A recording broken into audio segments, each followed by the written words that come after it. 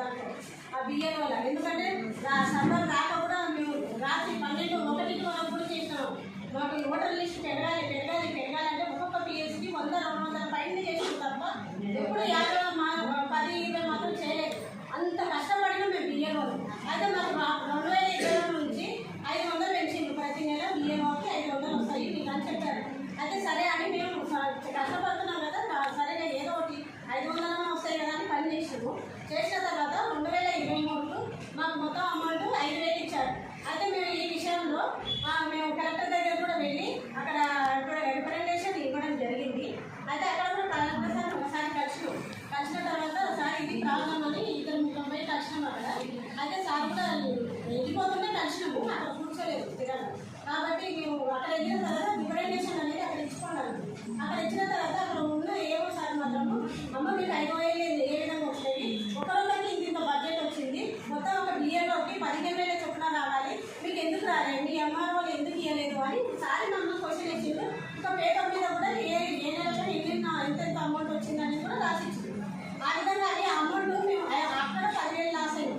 అయితే దాని గురించి అడగడంగా సార్ లాస్ట్ మళ్ళీ 2-3 నెలలు అట్లా కలెక్టర్ తిరిగినాం, లెటర్ పట్టుకొని తిరిగినప్పుడు అక్కడ సార్ ఏమన్నాడు, మీకు ప్రతి నెల ఏ బడ్జెట్ ఆగినా కూడా ఈ ఎలక్షన్లో బడ్జెట్ అనేది ఆగదు, ఖచ్చితంగా మీ 500 మీకు వస్తూనే ఉంటుంది అని అక్కడ రీజన్ సార్ ఉంటే ఇక్కడ మన మండల ఆఫీసులోనే చేసుకుని సార్ అక్కడ ఉన్నారు. ఆ సారే నాకు చెప్పాడు. అయితే మేము సరే అని వస్తాయి కదా డబ్బులు ఎక్కడ ఉంటాయి వీళ్ళ దగ్గర ఉంటాయని కూడా మేము కూడా అడుగుతూనే ఉన్నాం. అయితే లాస్ట్ తీరా అకౌంట్ అమౌంట్ ఇవ్వడమ్మా మీ అందరికీ మీకు 1 year అమౌంట్ వేసేస్తామని చెప్పారు. సరే అని అందరూ అకౌంట్ నెంబర్ ఇచ్చింది. తీరా ఇచ్చిన తర్వాత అందులో 2,500 మాత్రమే అమౌంట్ వేశారు.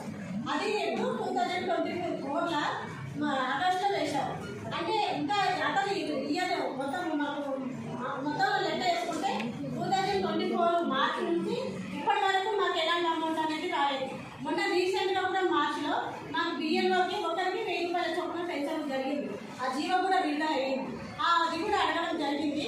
ఆయన కూడా సార్ వాళ్ళు ఏమంటున్నారంటే మీకు అకౌంట్ నెంబర్ ఇచ్చినాము, అవి అక్కడి నుంచి రాలేదు, మేమేం చేయలేము అంటున్నాం. ఇక్కడ మండల సార్ వాళ్ళని అడిగితే మా చేతిలో లేదమ్మా, మీరు కలెక్టర్ ఆఫీస్కి వెళ్ళాలని అంటున్నాం. ఇదే జరుగుతుంది తప్ప మా గురించి మాత్రం పట్టించుకోవడం లేదు. పని మాత్రం చేయండి. ఎందుకు ఉద్యోగాలు ఎక్కడ ఉన్నాయి? పర్మనెంట్ ఎప్పుడైతే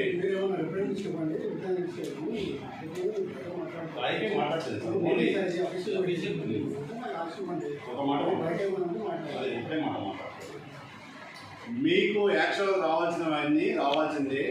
ఇక్కడ రాలేదంటే ఎవరు తింటున్నారో దాన్ని మీరంతా అప్లికేషన్ ఇస్తే మేము కలెక్టర్కు సిఎస్ వరకు పోతాం. మేము చీఫ్ సెక్రటరీ వరకు ఎందుకు ఇస్తలేరని దానిన చీఫ్ సెక్రటరీ ఇచ్చి మేము హైదరాబాద్ పోయి కొట్టాడతాం మీకు హామీ ఇస్తున్నాం.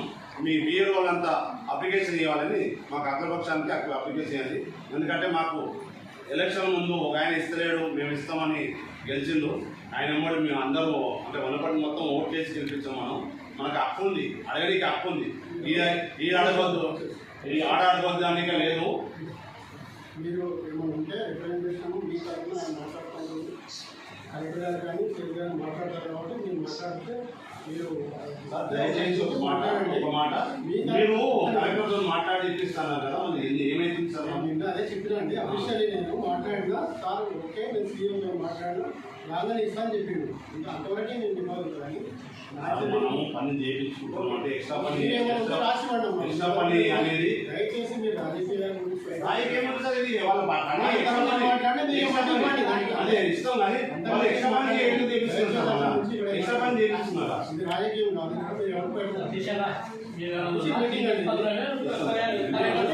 మీరు